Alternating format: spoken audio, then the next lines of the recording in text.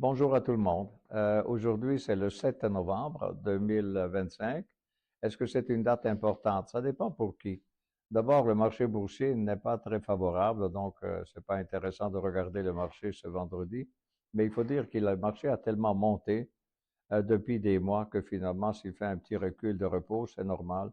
C'est-à-dire, les gens prennent le profit, comme on dit. Donc, ils avaient acheté, mettons, en avril, puis là, ils ont fait beaucoup d'argent durant tous ces mois. Là, je parle du marché américain. Et finalement, ils peuvent prendre leur profit. En prenant le profit, ça veut dire qu'il faut vendre. Donc, s'il y a un afflux important de vente finale, des gens qui liquident la position, c'est normal que le marché peut se corriger un peu. Donc, ça fait 2, 3 jours là qui est un peu en correction. Et voilà. Est-ce qu'il y a des nouvelles intéressantes? Non, que je sache, il y en a rien de spécial à part le fait que l'économie semble finalement bien aller. Je parle toujours de l'économie américaine parce que si celle-là va bien, la nôtre aussi va bien.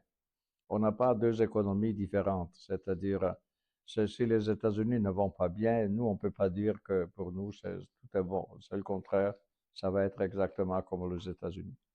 Donc, la conclusion aujourd'hui, ben, il n'y a pas de conclusion là-dessus, sauf qu'on espère que ça continue à bien aller dans les marchés.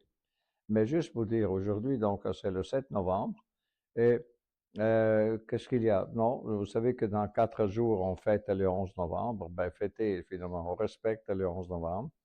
Le 11 novembre, finalement, dans la plupart des gens, peut-être ça dit et ça dit pas.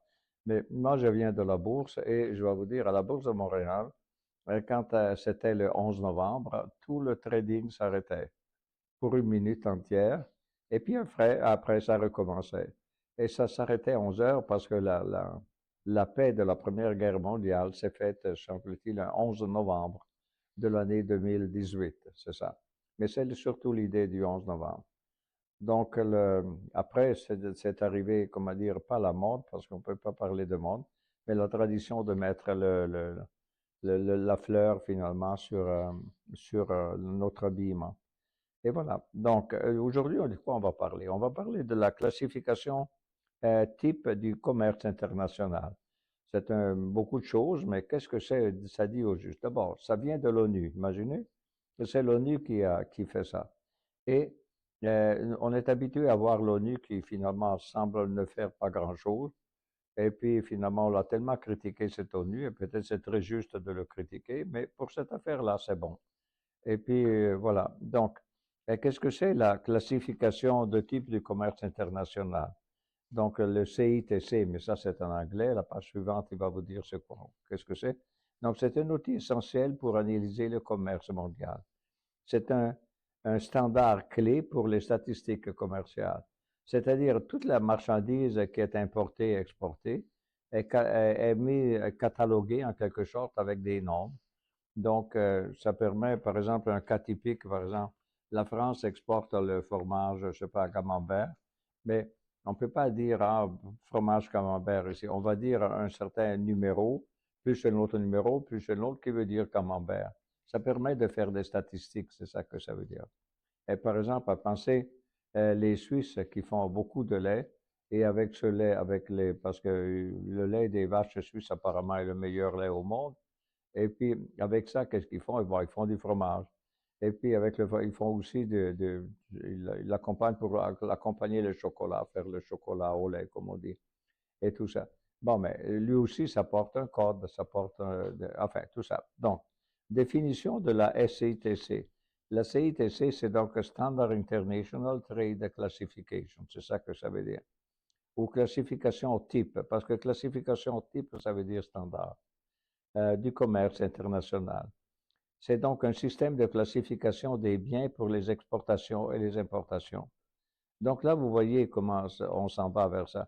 Développé et maintenu par les Nations Unies depuis 1950. Au moins en 1950, il faisait quelque chose d'utile. Objectif, commençait à être utile. Objectif, compiler des statistiques sur tous les biens en commerce international et favoriser la comparabilité entre pays et années. Donc, c'est ça que la beauté de ça, c'est-à-dire, si on produit, mettons, un certain bien, il est catalogué par des chiffres, ça permet de faire donc des statistiques, faire facilement des inventaires comptables et tout ça. Donc, il dit la CITC n'est pas pour la douane. Oui, c'est ça, justement. Ce n'est pas la douane qui se sert de ça.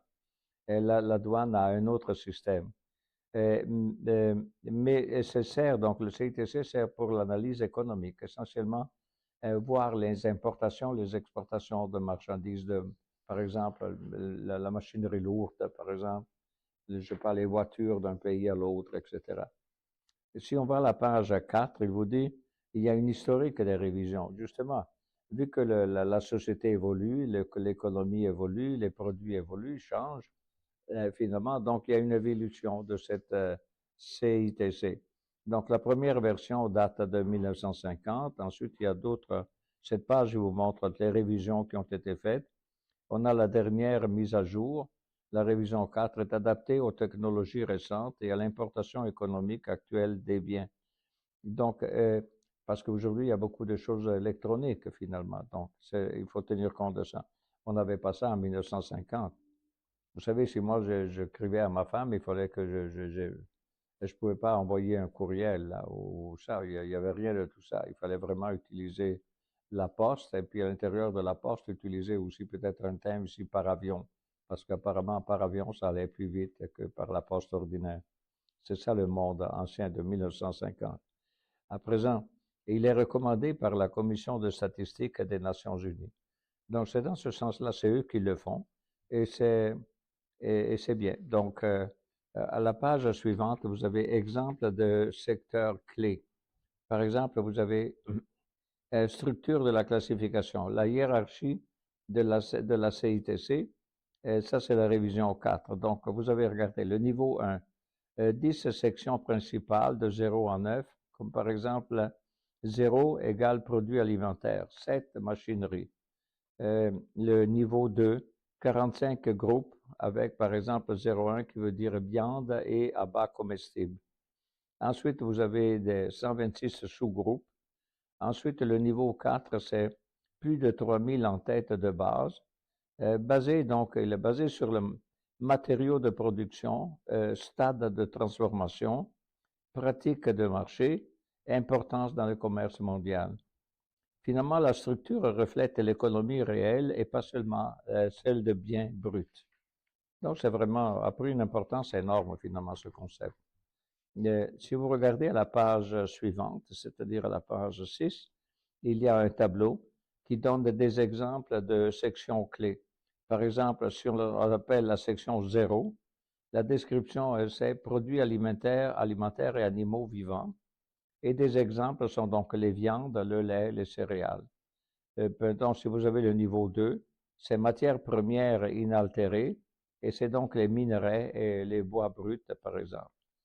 5, des produits chimiques, comme les médicaments et les engrais. Le 7, par exemple, c'est machines et transports, donc c'est les ordinateurs, les automobiles. Et le 8, c'est biens manufacturés divers, comme les vêtements et les meubles. Ces catégories aident à voir les spécifications nationales, comme par exemple l'export de machines par l'Allemagne. Donc, c'est bien de mettre, donc, parce que finalement, ça montre l'influx de l'importation et l'afflux de l'exportation de chaque pays, divisé par catégorie de produits. Donc, l'importance en économie, c'est que le rôle de la CITC dans l'analyse économique, elle permet les comparaisons internationales, c'est-à-dire la valeur quantité des biens entre pays. Ça permet l'étude des tendances, évolution des industries, par exemple l'essor de la high-tech, le soutien à la politique économique, identification des avantages corporatifs et intégration, un autre volet, intégration avec d'autres nomenclatures, correspondance avec HS, ça c'est le symbole pour les critères avec lesquels la douane évalue les produits, évalue en fait les catégories, et le CPC pour les produits et services. À présent, si ça vous intéresse, allez plus loin. Donc, vous allez sur Internet et regardez qu'est-ce que ça veut dire ça. Et finalement, le but de tout ce vidéo est essentiellement de vous, comment dire, montrer que c'est impossible de faire le tracking de l'économie mondiale sans tenir compte finalement qu'à chaque produit, on attribue un numéro au fond, au bout de la ligne. Donc, les avantages et les limites que vous avez de ce CITC. Donc, c'est le contenu. Les avantages, c'est la comptabilité mondiale accrue. Donc, c'est normal de faire la comptabilité de ces produits, importation, exportation. Adaptation aux changements économiques, facilite la recherche sur la spécialisation sectorielle. Finalement, c'est plein de qualités. Par contre, il y a des limites. Les limites ne couvrent pas les services, voir le CPC pour ceux-là. Là, je vous laisse avec ces sigles-là, les fouiller vous-même à travers l'Internet. La mise à jour périodique nécessaire pour les innovations est moins détaillée que HS pour les douanes. Donc, les douanes, c'est tout un monde à part. Ici, c'est simplement, ça sert vraiment pour l'économie, c'est-à-dire les importations, les exportations, mais détaillées, produit par produit, ou catégorie de produits par produit. Donc, la CITC est un pilier, mais complémentaire à d'autres outils. Mais c'est quand même fondamental que ça existe. Finalement, il y a une synthèse des perspectives de ce produit-là.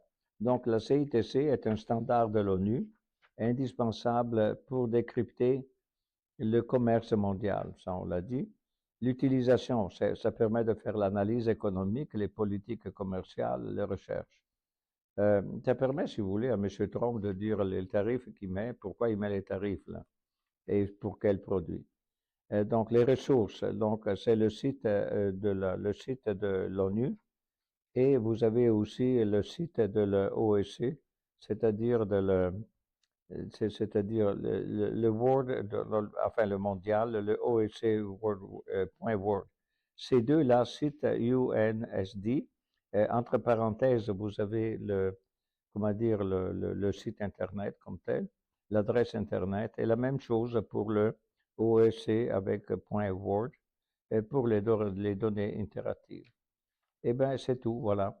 C'est un sujet vraiment important qui permet, c'est un sujet dont on ne parle pas naturellement, on parle toujours de commerce, les importations, exportations et tout ça. Mais dans le concret, comment est-ce qu'on le fait? Imaginez tous les montagnes de containers qu'il y a, et à l'intérieur, avec chacun son numéro. Et puis dans le container, toutes les marchandises qu'il y a. On ne pourrait pas s'en sortir là si vraiment on n'aurait pas des codes de référence pour chaque produit. Et une fois dit tout ça, ben, bonne continuité à tout le monde.